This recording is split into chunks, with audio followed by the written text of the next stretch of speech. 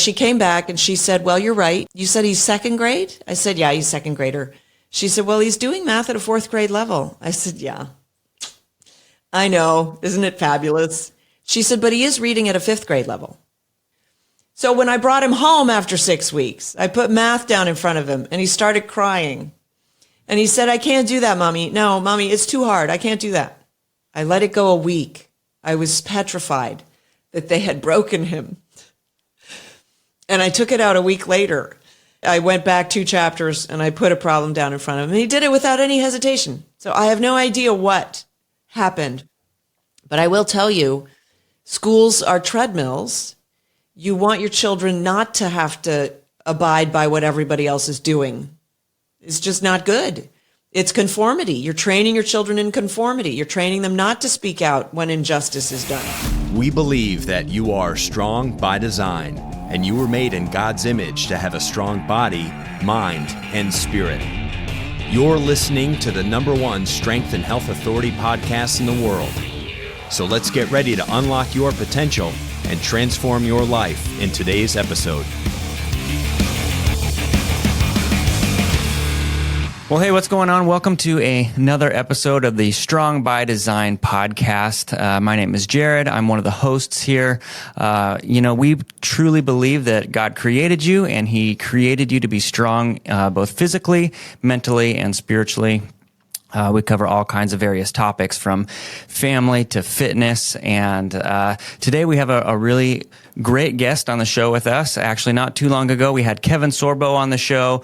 And today we get to have his awesome wife with us, who she might be talking about a topic that maybe you didn't think she would be an expert in. But I'm very excited to hear from her today about the topic of homeschooling. And it's really a big deal for me and my wife, because we just started homeschooling this year. And so to be able to talk to someone and work out, I don't know if you guys are listening and you're anything like we are, it's a terrifying thing to jump out of the system and jump into homeschool and trying to figure out curriculum and time. And hey, the kids are always at home now. And there's just so many things that go along with that. And so I know a lot of you might know Sam, who was on Hercules with her husband, Kevin, back in the 90s.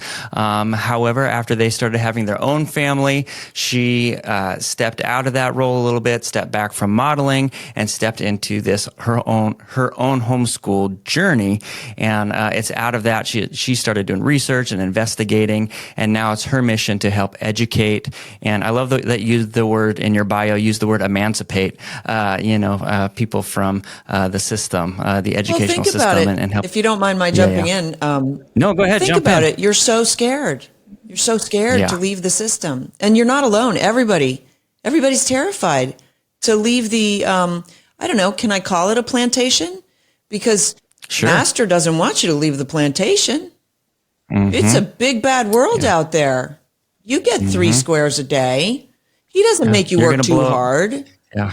You're going to blow it. You're going to mess your kids up. They're not going to be educated. And the opposite, and it's funny because it's the opposite, right? So when the slaves escaped the plantation and found freedom, it was like, yes, they had to fend for themselves. Yes, they weren't fed. They needed to find a job. They needed to get employed, but they were self-determining. And it's the same thing. So when you take your children out of the system, you're leaving the flat black and white for the Technicolor 3D version of life. And it is so much better. It's like it's so hard to describe it. It's like describing the difference between the here and now and heaven. It's like, well, in heaven, there are no tears. What is that? How do I even equate to that? Like, it's beautiful. And they say the streets are lined in gold or whatever, just to find some kind of grappling hook to land on. When you bring your children now, you're just starting out. So you're probably, you already mentioned curriculum. You're probably seeing how closely you can replicate school. But school is bad, and school is evil, and school mistreats children. And school, I'll tell you a quick story. So just by way of introduction, I have 3 kids. My oldest is now 22, 19 is the next one, and then my daughter turned 18 yesterday. And when she was... Well, congratulations. Thank you. Yes. When she was 17 and a half, she said to me, oh, well, kindergarten is where I learned that I was stupid. And I said, wait, what? She had gone to kindergarten, cute little public school. It was a sweet little school. It was one of the best schools. We moved for the school. It was the best school in the area. It was great. Everybody loved the teacher. Everything everything was fine. But one day, and she remembers this vividly, she was asked to sight read in front of the class, and they laughed at her. And that's where she learned that she was stupid. And so she's been battling feeling stupid from that experience because the teacher laughed at her too. Because it's funny when a little kid who's shy can't read. Like, it's funny. I get it. Oh, it's cute. Not terribly funny, but okay, whatever. Right. So she's been battling that her whole life, which is why now I have clarity why she could never hear from me how clever she was, how smart she was, how brilliant that comment was. And I used to get excited over some of the things because her mind works completely differently than mine. And it's an amazing thing. And so I would say, oh my gosh, that's brilliant. Hold on. I have to write that down. I need to send that to Donna. I need to share that, that kind of a thing. And, she never believed me.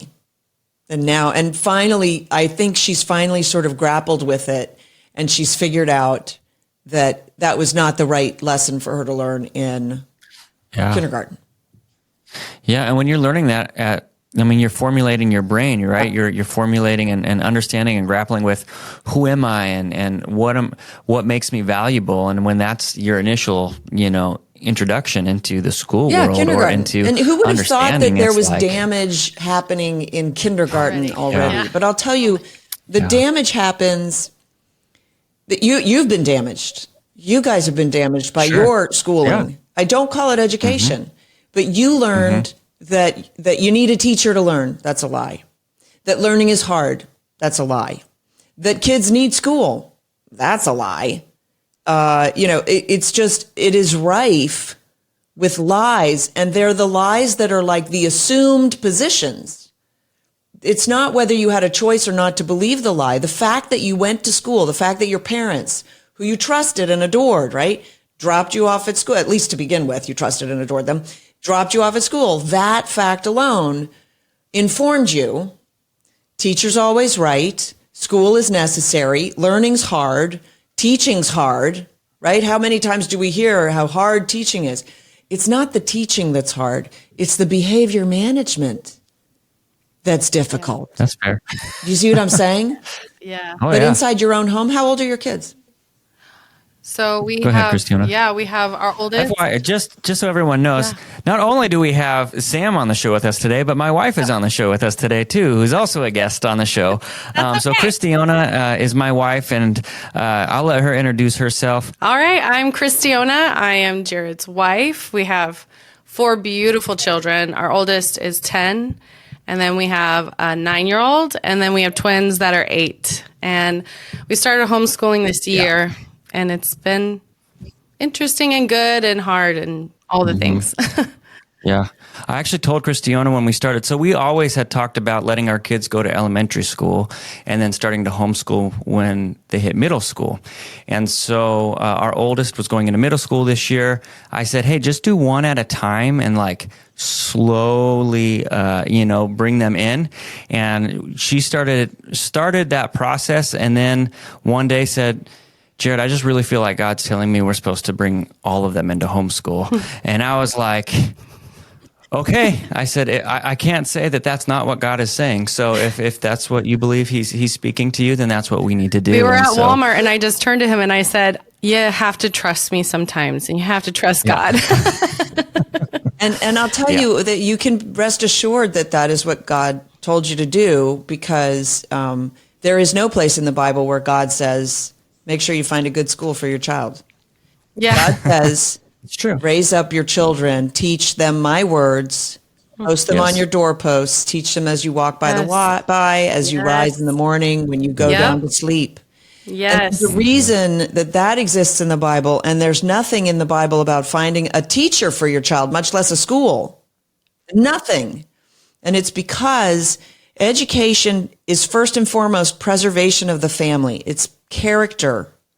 And the parents will assure the child, to the best of their abilities, will assure the child's character because they can't afford not to if they're living with that child 24/7. But if they send that child away from them every day, then it actually becomes like a babysitter. Like, oh my gosh, I can't deal with this kid. Thank goodness he's going to school tomorrow and I won't have to deal with him all day. Oh, See what I'm saying? So we hear so that then so it's much. the opposite. So then the child is, and by the way, children aren't stupid. They know mom's glad to get rid of me. I mean, I can't tell you the number of times parents have said to me, teachers have said to me, I could never homeschool. I would kill my children by Wednesday. And I'm like, do the parents of the children you teach know that you talk that way about your own kids? Like, right. we've become so proud as a society that we don't parent our children. I don't know if you remember the TV commercials. It's the most wonderful time of the year was back to school because yay, the children are going back to school. That's right. Well, God bless you. That's a wonderful thing. Now we have to get the system out of you to free you up. Difficult. So we started unschooling. I would suggest unschooling until Christmas. Okay. I would suggest you find really good books and read to your children every day. What's that? Yeah. I said, but won't our kids get behind? Yeah. Who cares? That's it's not a race. Right? Behind in what? Like your kids will advance in the things that they are adept at, and they will fall behind in the things that they don't care about, that they're no good at. And that's natural. But to hold out a bar and say, no, you have to succeed in trigonometry, when that's simply not your area of expertise, your brain doesn't respond to that, is torture. But we do it to kids every day. So lay off. So 8 years old, they're reading, right? Oh yeah. Yep. Yeah. They're awesome. So go find great classic books. Do not use new books. Do not use anything published after, I'm going to say 1950. Find the old books. We've been buying a lot of classics and even like the American Girl series that I was brought up with, like just because it teaches you like historical facts. But the only new ones, because we go to the library every week, the new ones are Christian. The only new ones you get are Christian. Yeah, and that's a good guideline. However, of course, the church in many places has gone woke, so you do still have to be careful. Yeah. And frankly, there are plenty of old books for you to choose from. There's no reason to supplement with new literature. There's a lot of, I'm going to say, there's a lot of pornography in youth literature, and there is a lot of violent porn, like violence porn. So it's like pornography, but it's violent imagery. Jump scares in literature for young kids. It's all mush making. Like you don't want that. You want your child to be slogging through the Odyssey when he's 12. That's what you want. You want him to be so engaged in the classics that he's taking on Shakespeare at a young age, because Shakespeare, is brilliance. And, we lose Shakespeare at our own peril. There's a lot of wisdom in Shakespeare. Whether or not you believe he actually wrote it or not, there's a lot of that stuff going on. So the counseling, the typical counseling for, staunch homeschool advocates basically is for every year of school that your child has done, take a month off. And that's why I said, take off until December. Ease your way into it. Don't become the taskmaster. Don't become the substitute teacher. Don't do that. You don't need to. And trust me, so I did that, okay? So I'm speaking from the experience of having done that. I schooled my first two. It was my third one that taught me that the school is the problem, not the academics per se, although academics are a problem because we're force-feeding academics to kids, but we're not teaching them real life. Mm-hmm. So then you got to go, well, what are the academics good for? So they can teach? Like, what is this whole system geared around? And by the way, it's been nothing but money hungry for the past several decades, growing much faster, 5 times the rate of inflation over the past several decades. Like, the whole system is corrupt. So you have to take a step back and reconsider, what are your goals for your children? Yeah. Because I don't think your goal is to get an A in calculus. Yeah. Right? I think an area where we've been actually thriving has been when we just open our Bible and we just start reading it. And the kids are jumping on the couch and they're like, what is happening in this? And why is what is this? What is that? And it's like teaching us, like Jared and I, like so many new things that we don't even think of because their minds are so unique. You know what I'm saying? 4 kids, you had 3. They're so unique. God gave you your children to teach you. It's so And it much might fun. be just to teach you patience. It might be, right? Yeah. That's possible. The parents who say, well, I don't have Totally. patience, like somehow that's a quality that they should, flaunt, that they're impatient and angry all the time. You know what I mean? I'm like, well, it is a virtue. You might want to work on that. Yeah. So yes, they have a great deal to teach you. And you, just as a human being, just as their mom, you have a great deal to teach them. So don't think that learning only counts if it's academics. Yeah. Right? Teach them to bake. Yeah. Yeah, we've been doing a lot of cooking together. Good. Just taking turns because not too many hands can be in the same space at the same time. Right. But we've been, just kind of rotating with baking and cooking. But let's take the Bible, for instance. So the Bible is the most important book to mankind. It's the bestseller of all time.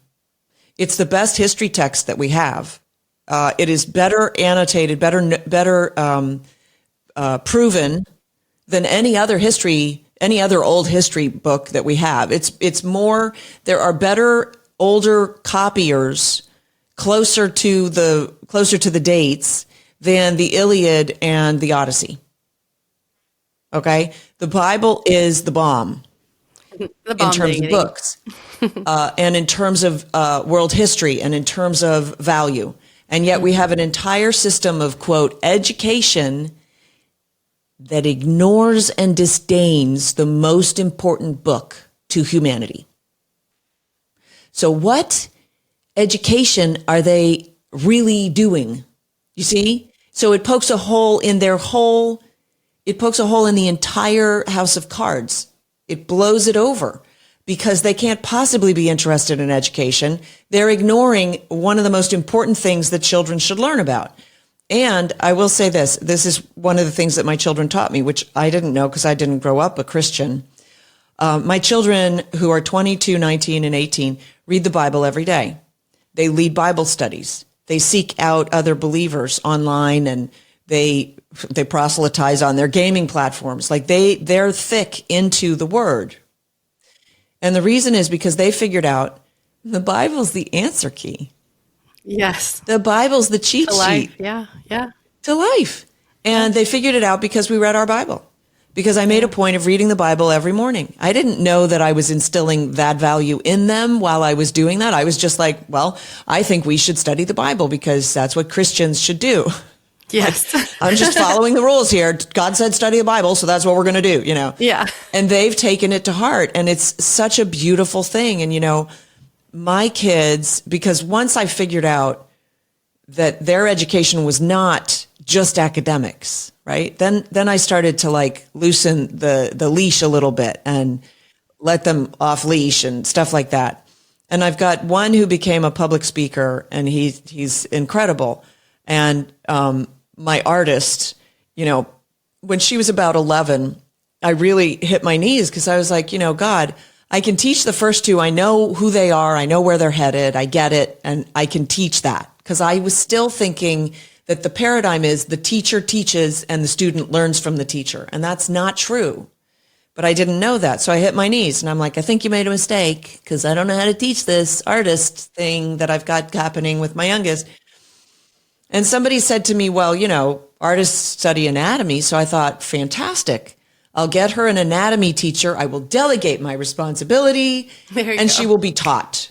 Yes. and education will happen, Yeah. And I ran up to her room and I said, anatomy class. And she said, oh, Mom, as only an 11-year-old can do, like, bless your heart. And she showed me her sketchbook. She was already studying anatomy. Wow. Her sketchbook was filled with anatomical drawings of the interior workings of the human knee and stuff. And I said, oh, you're teaching yourself? She said, yeah, YouTube has all this stuff. Yeah. So, which is, by the way, like, Yeah, Mom. I caution, Yes. be careful when you give your children Sure. the internet. You're not giving them the internet. You're giving the internet your children. Mm-hmm. So you do have to exercise picky. a great deal of caution. Yeah. At that time, I had as much caution as I thought I needed, and it turned out okay. But these days, it's much, much worse. My daughter, when she was 16, she had an Instagram account. She said to me, Mom, I'm going to take down my Instagram account. I said, why? That was my bragging. That was my way of bragging. This is my daughter. So I was like, why? Why are you doing that? She said, because they figured out that I'm a young woman and they're targeting me with pornography. And I just went, oh my gosh. So what happens is when you trust your children to be clever and you because that's what happens when you keep them home with you and you don't sort of dumb things down to them, like you're reading the Bible, right? So read the real story of Noah building the ark, of David taking on Goliath. And those stories are so much more interesting than the fairy tales we concoct.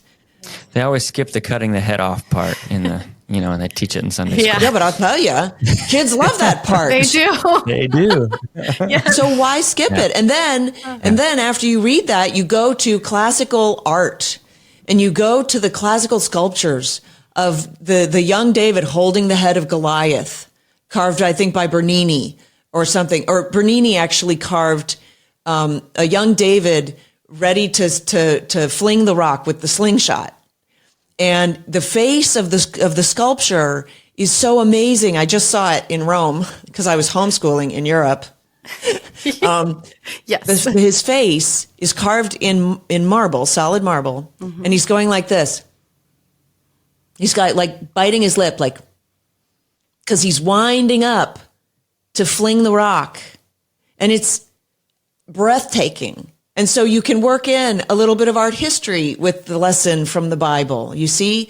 And because everything is God-centered, it all starts to make sense to the children. So history is no longer dates and times and places and names. It's the actual story of humanity. And then they start to think, wow, would I behave that way if it were my choice? If I had to make that decision, give me liberty or give me death? I don't know. I mean, that's a pretty strong thing to say. And so those are the conversations that you have with your children. Those are meaningful. And your kids, especially at this age, as they enter up to, they're still a little bit young, but as they get into 12, 13 years old, and they want to argue, you need to train them how to argue. And then the first day they win an argument with you is glorious. So my kids now, 22, 19, 18, they advise me because they're clever. They know stuff that I don't know. They know stuff about like the world and, social media stuff that I don't understand. There was a meme that came across today and it looked really terrible. And I'm like, I must be misunderstanding this meme. So I sent it to my son and he said, oh, that's a meme that people might be swimming nude. And I'm like, you've got to be kidding me. And he goes, no, it's just very poorly drawn. It means that there's a drop off. And I looked at it again and I'm like, oh, there's a guy standing next to a drop off and there's a swimmer. Mm-hmm. Okay. Oh, okay. Like, I'm sorry that I couldn't see that. Yeah. Yeah. So Poorly made. Mm-hmm. Yeah. So, Sam, what is your faith story? I'm just curious. When Kevin was on, we were able to hear his background a little bit. I'm just curious how you came to faith, and then not just how you came to faith, but then as you have continued through life, just integrating Jesus into everything that you guys do as a family. well, that's that's less active than you might think. He is integrated. It's just how I live my life. So I have heard from God, not necessarily vocally like Kevin, but certainly in messaging. Things happened that could only be God, and so he's there. I know he's there all the time. I know he plays a part. I expect him to show up, and then he does. It's really kind of crazy because it sort of doesn't make scientific sense. When I was, I went all the way through public school.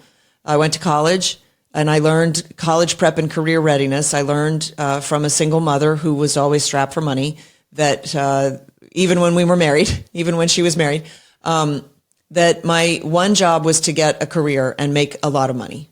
That was security in life. That would mean happiness. That was everything. And so when I started modeling and I made a ton of money, I realized that I had a sizable bank account and I was making a lot of money. I was very successful. And I was like, oh, okay. So this is happiness. It's not that great because I still want a family and I still want, a husband and I want kids. And this isn't happiness. I think they missed the boat there. Which is kind of sad because I will say that when you send your child to a school, that school, basically every school, has that mantra. You got to get a job. You got to make money. Make money, make money, make money, make money, make money. That's the key to happiness. And of course, we know that it's not. We have evidence that it isn't. We all know of billionaires who are miserable people, right? Yes. So it's not the answer, but that's the mantra in virtually every school. Mm-hmm. Sadly, our society, because they've all adopted the public school model. Yeah. So I hit, and luckily I had my midlife crisis, which is what I call that, right? The midlife crisis when you hit 50 or 60 and you're like, okay, I made the money. Why am I not happy? And then you go on, Zolax or whatever. You find a better pool boy or you buy a Ferrari or whatever, right? So I hit my midlife crisis in my early 20s. And I went on a search for meaning. And I discovered order in the universe. And I called that order God. And then I journeyed through a couple of different institutions of religion. I ended up in church as a Jewish girl, because I was raised as a Jew. Did I mention that? No, you did not. I was raised as a Jew in an atheist house. We celebrated Christmas and Easter, called ourselves Jews. And, it was an odd upbringing, I would say. So anyway, I found myself in church through a friend, and I really liked it. I felt at home. I felt like, yes, I can learn here. I can find God here. God is here. And for the Jesus stuff, I was just like, well, they mean God. They clearly don't know, but they mean God. And then after a few months and I was reading my Bible, I'm like, oh my gosh, what? So. Yeah. That's awesome. I like that. Yeah. I mean, we all have our own journeys and everything. I think hearing what you've gone through is just really, really cool for us because you did have what everyone kind of desires. So it's kind of cool seeing that God's been using you and Kevin for his kingdom. And I am thankful for you guys. Aw, thank you for saying that. Yeah. I think it's important to share knowledge when you have it. Yes. I'm a big one for truth telling. Mm-hmm. Sometimes I tell too much truth. It gets me into trouble. But the truth is valuable. It's always been valuable to me. Mm-hmm. And so I've been a truth teller for... there was a thing that happened to me in 4th grade, and I realized, man, I just love the truth, and I'm not going to lie. And when I discovered this thing about home education, when I first started, I blogged, and I wasn't thinking, well, I'm going to turn this into a book someday. But eventually, I blogged because I didn't know what I was doing, and I was kind of hoping that people might reach out and say, hey, do it this way or do it that way. And I don't have my book here. It's That's behind it back you. there, yeah. There it is, right there. But then I started doing research.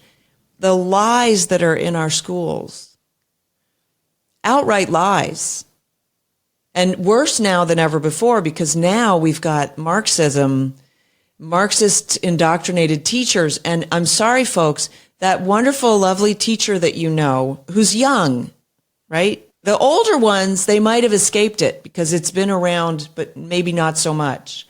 But the younger ones, you just don't know about them because all of the teaching colleges are Marxist indoctrinated. And by the way, about a year and a half into my homeschool journey, I put my kids back in school.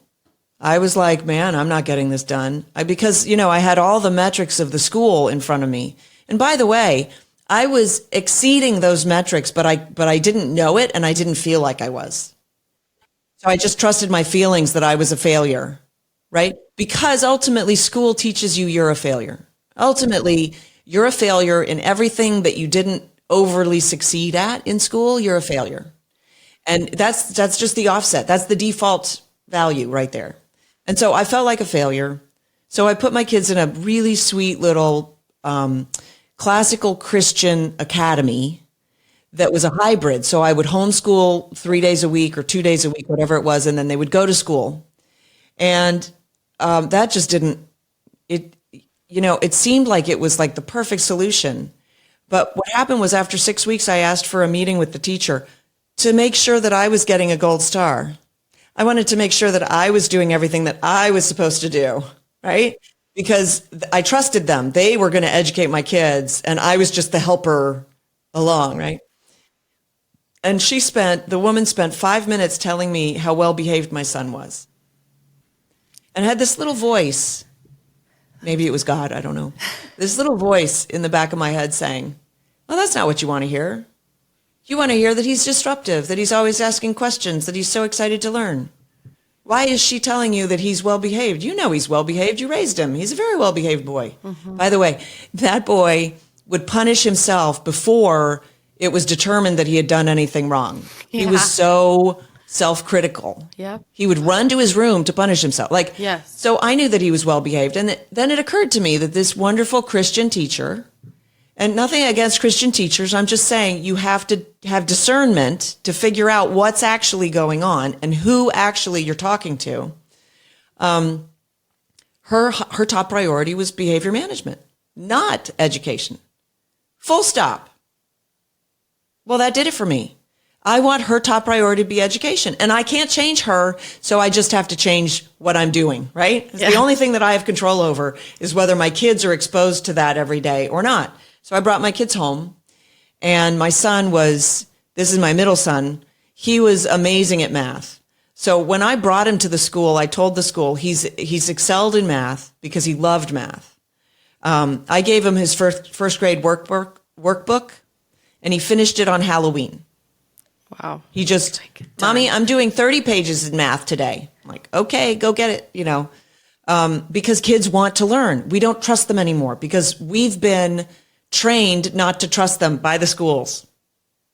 So I brought him home. When I took him in, I told them he's advanced in math, but he's remedial in reading. And I had worked so hard to get his reading up, but he stuttered on words. He stumbled across words. He just didn't read that well. It was an embarrassment. And I brought him in and I told her that. And she said, well, I'll just test him just to make sure that we put him in with the right class, which is, by the way, putting a child on a treadmill. Oh, yeah. And she came back and she said, well, you're right. He's, you said he's second grade? I said, yeah, he's second grader. She said, well, he's doing math at a fourth grade level. I said, yeah. That's amazing. I know. Isn't it fabulous? She said, but he is reading at a fifth grade level. What? And I said, and I kid you not, I said, so I'm the one with the problem? She goes, yeah. And I left him there because I had convinced myself I was such a failure, despite her telling me, you're an overachiever, leave these poor kids alone, basically. Yeah. In so many words. So when I brought him home after 6 weeks, I put math down in front of him and he started crying. And he said, I can't do that, Mommy. No, Mommy, it's too hard. I can't do that. Broke my heart. To this day, I don't know what possessed him because I put it away for a week. I let it go a week. I was petrified that they had broken him.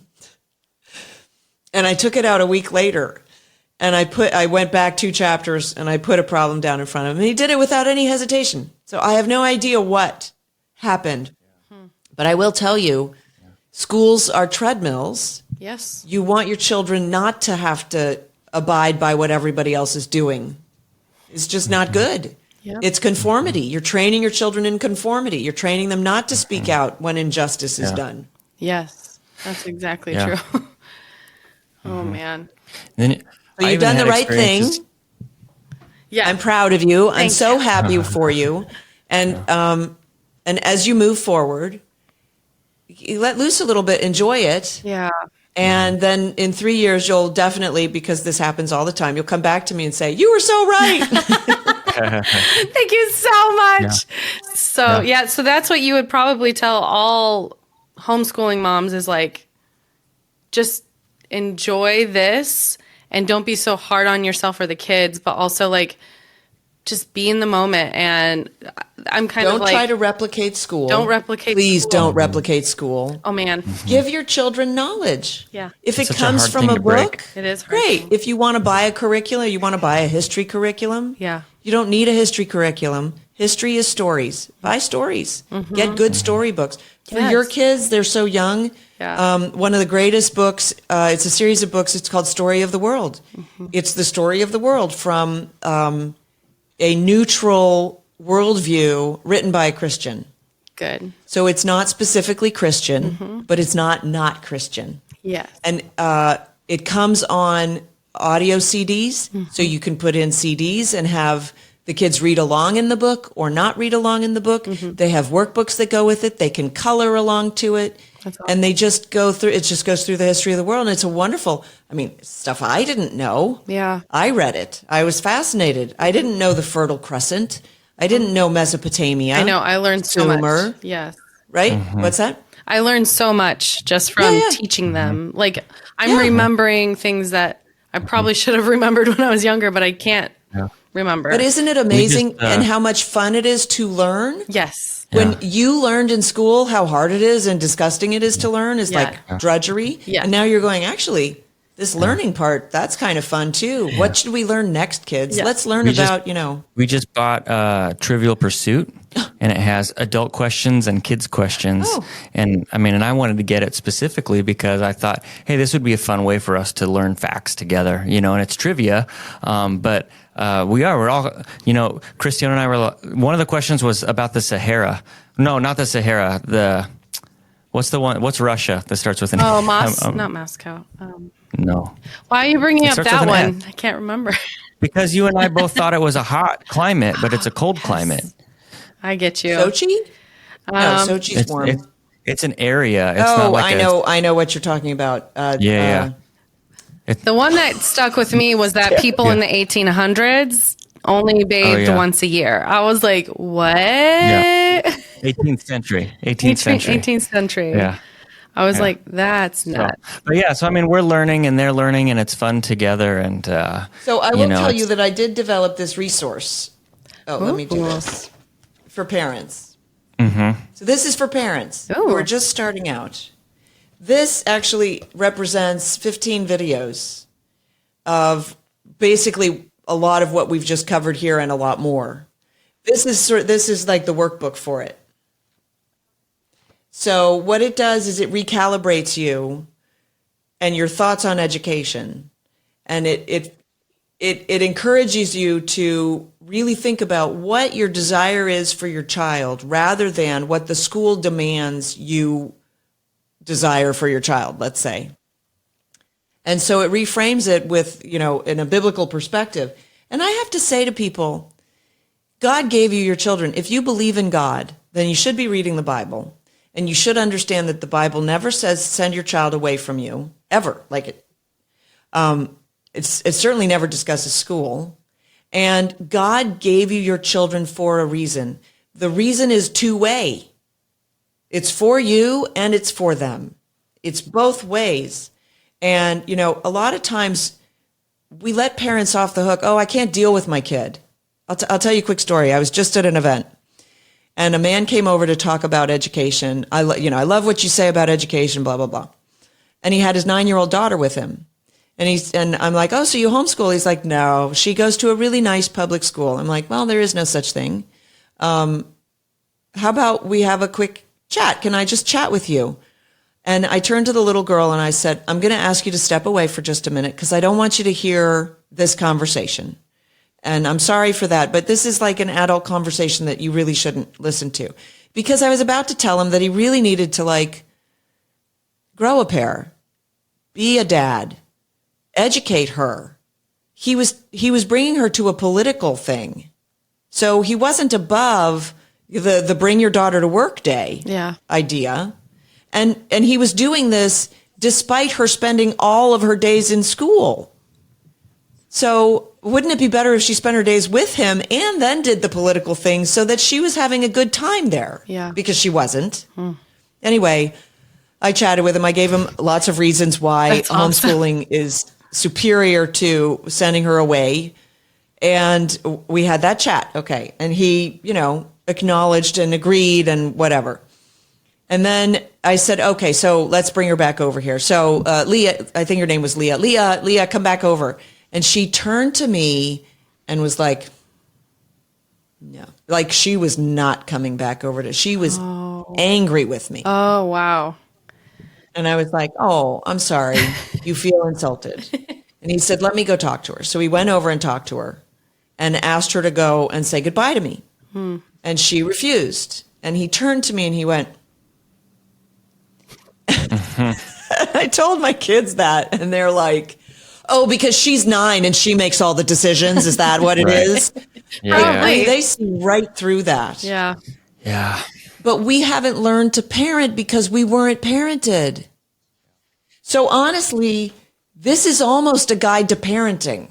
Not really. That's my next book. But I mean, seriously, like, be the parent. You have, by the way, never be angry with your kids. Never show them that you're angry with them. Never get angry with them, basically. Very few instances do you have the right to or the reason to show anger to your child. And why do I say that? Because you have all the power. There's no cause for anger. Oh my gosh, I can't believe you broke that vase. Well, that's going to come out of your allowance for the next 6 months. Yeah. Too bad it's you. Like, I'm sad for you, but that's consequence. Like, all you have to do, and this is God talking, basically, show them consequences. Yes. And they will learn how to behave. It's that simple. There's no anger. There's not like, how dare you break why would you break my vase? You did that on purpose. What? No. Consequences. Yeah. Easy. Yeah, people are always asking us, how are you getting your kids to be so well? And you have 4. I couldn't even do 1. And they're always saying this to us. We're getting compliments from elderly people all the time at dinner. They're like, we didn't hear your kids once. I'm like, well, we practice at home, how we should act. We act the same at home as we act outside of our home. And you're absolutely right. That makes a lot of sense. I've had to learn, the patience, like they're never going to be perfect and things are going to happen all the time. Sporadic things happen all the time. Yeah, and full disclosure, I'm not perfect. Yeah. I mean, it took me a long time to learn these lessons, but I'm trying to shortcut it for people because I've learned them now and they work. Yeah. You don't need to be angry with your kids. They never need to see that angry face unless they run out into traffic. Yeah.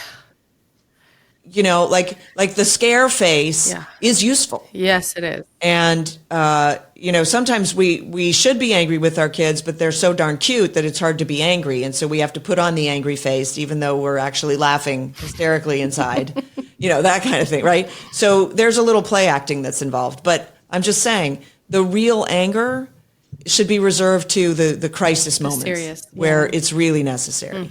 And, let's put things in perspective. A broken vase is a broken vase. Yeah. Mm-hmm. You're going to forget it 6 months from now. Yeah. Mm-hmm. So how important really is it? How dare you? You broke my vase. And now you have the opportunity to get a new one for your birthday. That's right. Yeah. My birthday's tomorrow, so I'm looking forward to a new vase. Yeah. What happened? I better get one. Oh, that's awesome. Yeah. Oh my gosh. That's good. Well, Christiana, I know that you jumped into a homeschooling group online, and I thought it would be fun to maybe hear if there's any questions that rose to the top there. It'd be fun to hear from people. I found two that I wanted to be a part of. One was a Florida homeschooling group because we're here in Florida, and I wanted to kind of connect with local people and the laws. I got to know the laws of homeschooling and whatnot. State, yep. And always helpful. And then I got another one, which was for beginners, because I want to learn from people, like what works for you, why is it working for you, and will it work for us? I don't know. So that's why I added myself in both those groups. I actually, and I told Jared this today, I got kicked out of the beginners one today.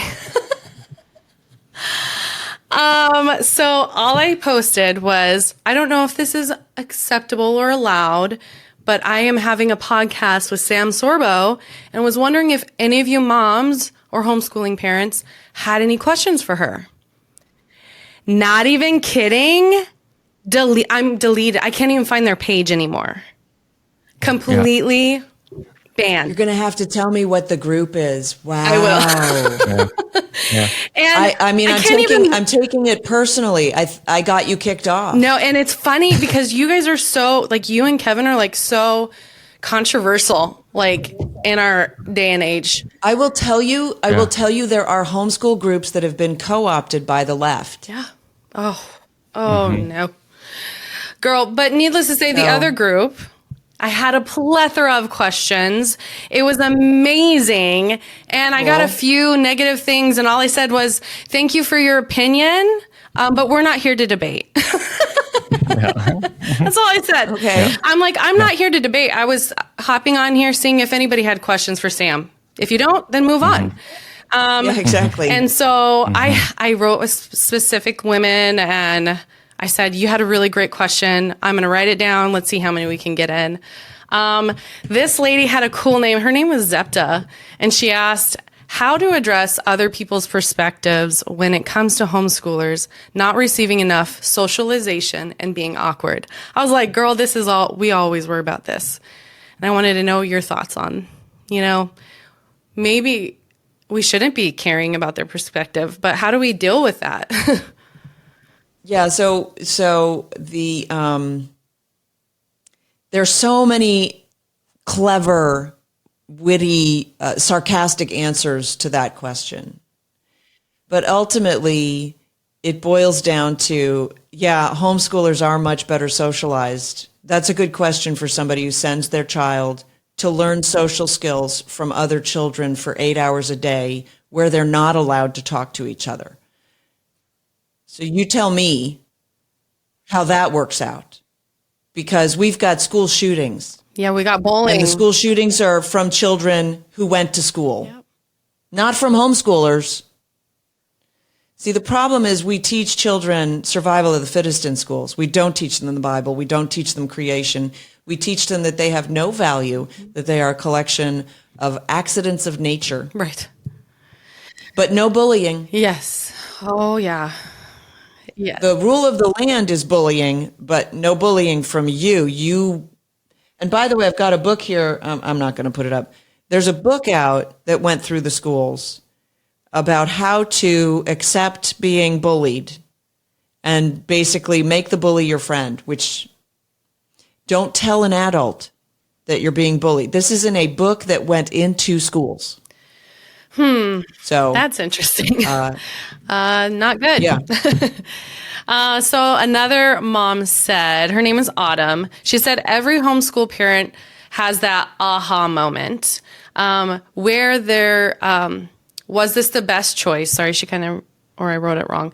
Was this the best choice for their child? Or like, did you ever receive that aha moment? Like you kind of talked about earlier when you had your third daughter, you're like, oh, like maybe we shouldn't be doing school this way, homeschool. There are a lot of aha moments. My biggest aha moment was bringing my kids home from school, that story that I told you when Shane refused to do math. And then it was a long aha moment because it got fixed a week later.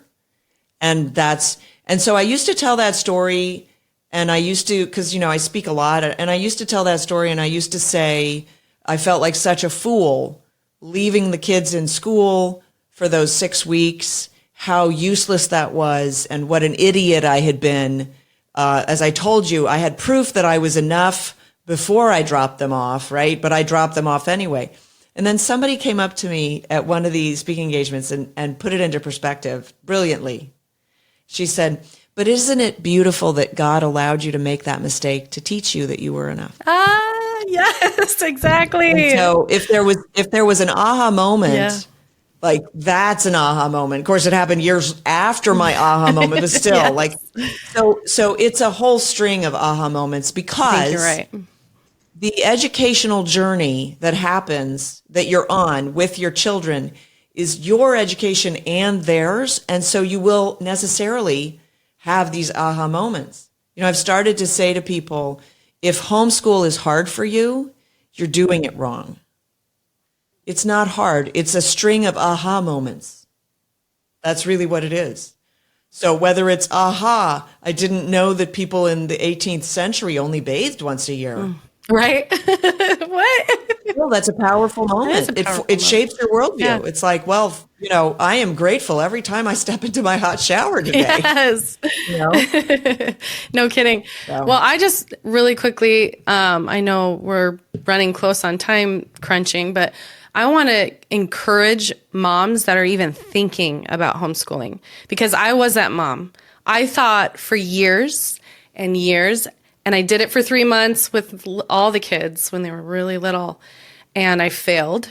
And so I pushed them back in school. And then it was still on my heart. And I want to encourage moms, because I thought I wasn't ready. And I think God gave me grace, because he's like, I would tell him I'm not ready, but you keep calling me to this. And you have that exact verbiage is, it shouldn't be hard. And I'm realizing that very quickly, that when I make it hard, I'm stressed, and then the kids are stressed, and then we're all having chaos, right? And by the way, school is stressful, right? Yeah. And we know that stress and anxiety inhibits learning. Yeah. Oh, yes. So, okay, then give the kid a Zoloft or whatever. What? What are we doing? Come on, folks. None of it makes actual sense, but we have been so, what's the word I'm looking? Discouraged from the skill of discernment, right? We've been discouraged from discernment. And so now we can't even take obvious evidence and make sense of it enough to make decisions. I do want to mention, because we started talking about the movie, because the movie that we did is a family-friendly comedy, so the whole family can go see it. It is rated PG. Kids at 5 years old might not be, that into it, because it's You're talking about the Miracle in Texas? Miracle in East Texas. That's right. Yep. It stars John Ratzenberger and my husband, Kevin Sorbo, who directed it. And it's We the have true tickets story. already, by the way. What's that? We have tickets. Yay. It's the true story of the East Texas oil strike, which was the biggest oil strike in the history of the world. And it's the true story, so you're going to see history, even though we tell it as a comedy. But the things that happen in the movie actually happen. Their rig actually broke down. They didn't have the money to move it, so they drilled right there. And that's where they struck oil. And they did oversell the well, and they did go to jail. So all of these things are true.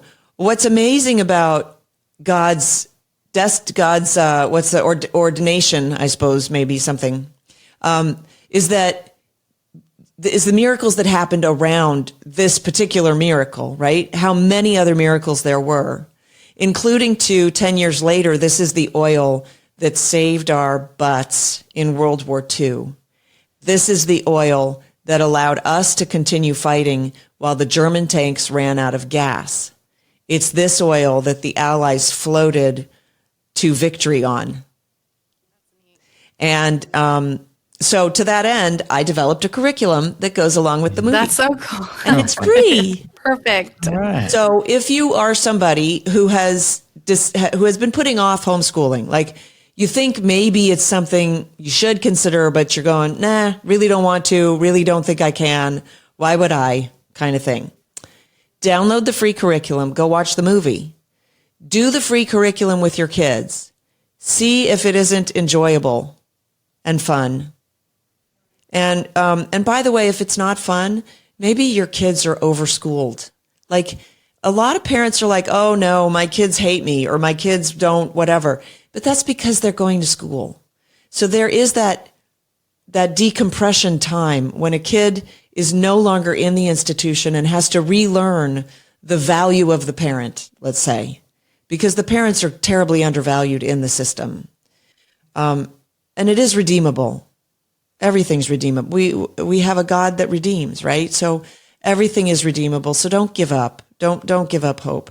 There's a way to get it. I talked to a gal. Her granddaughter was a junior in high school. And I said, well, you gotta homeschool. And she said, oh, Sam, this girl is so far left now. They've really co-opted her, this and that and the other thing.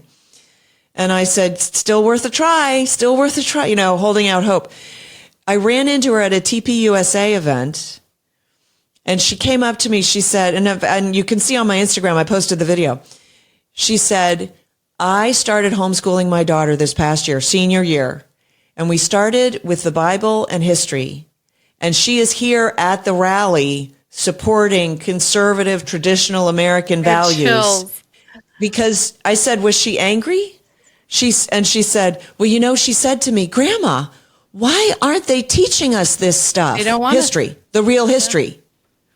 So you can change it. You can turn it all around. It is not too late. It's never too late. So I just want to encourage you. So download the free curriculum and see the movie and then have the discussion. It's easy to do. It's not overwhelming. It's just a little Q&A to start a discussion and talk about and some information and stuff. I mean, where you need the answers, I've given you the answers. And then the other stuff is like for discussion. Like, one of the themes of the movie is forgiveness. So I talk about forgiveness. Let's discuss that. What does it look like? Why is forgiveness valuable for both you and the person you're forgiving, or for you and the person you're asking for forgiveness from? Like, think about these things. These are meaty, weighty things that children can think about, can talk about. And when they see that you value their opinion, when they see that you think that they have something to contribute, they're yours. Yeah. Mm-hmm. They just, the relationship grows. It's incredible. Yeah. I can't Very rewarding. I wish it for Thank you. Yeah. I have one question for you, Sam, and that is, so just with our economy and different things that's going on as far as financials, a lot of parents both have to work, or you have single parent homes. What would be your encouragement to them when it comes to homeschool, when they're thinking, man, I have to work, I can't be at home with my kids and teach them? So the answer to that is, where there's a will, there's a way. We need to learn to prioritize our children. Yeah. If that means you don't have the second car, and you don't get to upgrade your refrigerator, then that's what that means, because in the long run, your relationship with your child will be worth it. Just because you might not have that kind of relationship with your own parents doesn't mean you can't build that with your child. Education is not a full-time proposition, however. You can work a full-time job and also educate your child. Yes. You can. It's an hour a day. It's an hour and a half on the weekends, maybe. Okay, maybe you don't go out drinking with the girls on Friday night. Maybe you got to give something up. Is it worth it? Yes, it's absolutely worth it. God has called you to it. And more than that, just as an encouragement, I know single women who have done this, worked full time and homeschooled their kids, because they just were like, no, my kids are not going to go to school. That's simply not on the table. And so the jobs that they took allowed them to have the kids around in one capacity or another. I know at one point, this one gal took a job downstairs and an apartment upstairs, and brought her kids to the apartment upstairs and would visit them on her breaks. And I don't know what state that was in, how legal it was to have kids who were that young alone, unattended or whatever. And I don't know how young the kids were when she did that. I'm just saying, You got to think outside the box, and you got to crack the nut. You got to solve the problem and get it done, because your kids are worth it. And when you do that, they will know that you're doing it, and they will feel valued, and you cannot buy that. So, and this woman did it for her 2 girls from when they were very young all the way through. And then as a single mom, she went back and adopted 2 girls and did it with them. Oh my gosh. So I know you can do it, and I know you can do it successfully, because she did it twice. So, it's interesting because you said that, our kids are having to unlearn the structure of school, right? But at the same time, the parents are trying to unlearn the structure of society and what's expected, and the American dream and what makes us content or what makes us happy. So we're all kind of going through this process with our kids, and we're still going through it, right? Christiana and I are still going through it with our kids of trying to say, okay, what's important and what's valuable, and help our kids. When we're discontent with where we are, our kids are discontent, and start learning that behavior as well. And then they're never happy or content. And so, they pick up on all of your emotional cues and where you're at. And so as the parents, we're unlearning and relearning. And that's Romans 12, right? Transform your minds, we're dying to ourselves and allowing God to teach us what his truth is, as opposed to going through and understanding what the world teaches to be true, because and that's, you have to unlearn that. That's what that whole verse 100%. Is about, is unlearning what the world taught you to be true and allowing God to teach you what is actually true. That's beautiful. I'm going to use that. Thank you for that. Yeah. It's absolutely true. And it's worth every moment. So it might seem hard, it might seem difficult, it might feel really challenging and kind of unsettling. Or maybe like you're feeling terribly unsettling. And it's worth it. And you're just going to have to learn to abide. And wait on the Lord, because he will make your paths right. Exactly. Well, Sam, I really, really appreciate you taking the time to talk with us about this really, really important topic. I did want to just bring up, it's Siberia. Yes, Siberia. just to clarify, Siberia. That was the one. That's Northern the question Siberia. We were confusing it with the Sahara Desert, Oopsie. and so, but man, what a joy! Please do. Sam already mentioned the one resource. Can you hold that book up again for me, Sam? The one that you were just showing. Yeah, and by the way, everything is over at sorbostudios.com. So tickets to the movie at sorbostudios.com. If you click on my link, you'll find all the homeschooling stuff there. The books are all there on the shop. I encourage you to buy from the shop and not necessarily from Amazon. There you go. Yeah. They're Your Kids. This is the book that I just read that is also really good. Sam tells her story and her journey with her kids. It has a whole, I don't know, maybe a third of the book is just your research about the educational system. And so, I mean, really, really good stuff. I highly recommend that too. Then is your stuff, do you have audiobooks for all of this stuff? Yeah, I do. I have audiobook. I have an audiobook for that. Not for this one. This one is actually 15 videos. It's over at locals.com. Okay. So people can go to locals.com/Sam Sorbo and find all of those videos there, along with the videos of the conference that I produced for that whole playbook. And what was I?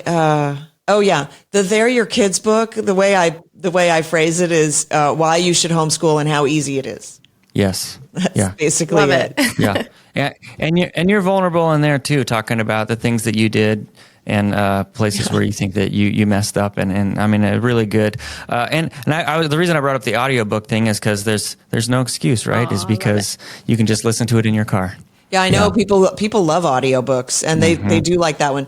This is another one I developed. This is Teaching Your Children Virtue, and I put on it, you're going to teach your children virtue. Maybe you'll learn something too, right? No, that's Because right. we so easily say, oh, I don't have, I'm so proud, or I don't have patience, or whatever. So this is great because I put in notes pages because kids say the most amazing things. Yes, they do. Oh, man. So I have pages for you to write down what your kids are saying. So it's a little bit of all the time. almost a That's journal. cool. Yeah. That's really cool. devotional. Yeah. Yeah, we just started actually recording our Bible studies with our kids because of the things that they come up with. So, Oh, that's great. we just set up like our phones on the two sides or whatever, and then Dang, I that's just a cut them great together real idea. quick. Well, you're Yeah. more tech savvy than I am. I never Me thought to neither. do that, but that would be very clever. I wouldn't have, except when we're having these discussions and the things that they come up with, I'm like, oh my goodness, like this is truth for everybody, not Yes. just us. It would be great to have this recorded and be able to put it somewhere. So, Yes. but then I don't know. There's a lot of things to go, even if it's just for us and for us to go back Yeah. and watch it ourselves. You know, I think God speaks to us through our children. Yes. In fact, I know that. So recording it is so clever. You never know. And then maybe a year from now, you'll look at the recording and go, I never thought right. of it that way, you know? Absolutely. Very cool. Well, you And our guys are kids awesome. like- Thank you our so kids much are for doing this. We want to read the book of Revelation. That's the one that we want to start with. And we're like, okay. So, well, Sam, thank you again so much for being with us. It's such a pleasure to get to chat with you and just hear from your story and your wisdom. And I know that you guys are listening too. I trust that God is speaking to you. I trust that as you're listening, that the Holy Spirit is at work and doing his thing, and that you're hearing these things and going, hey, they are my kids, and it is my responsibility to educate them, and it is my responsibility to pour into them and make them a priority. And so that's my hope and prayer for you, is that you will hear these words and that you will respond as God is leading you to respond. And so this is Strong by Design. We release a new episode every single Wednesday, so be sure to come back and check us out. Like I said, we're all over the book. So sometimes we're talking about health, sometimes we're talking about fitness, sometimes we're talking about our faith. So just know that we're a mixed bag, and so come on back and listen. But thank you guys so much, and we'll catch you next week. Thank you so much for listening to the Strong by Design podcast. If you found value in today's episode, please subscribe so that more people can find out about our show. Plus, you don't want to miss any future episodes with the amazing guests and topics we have lined up for you.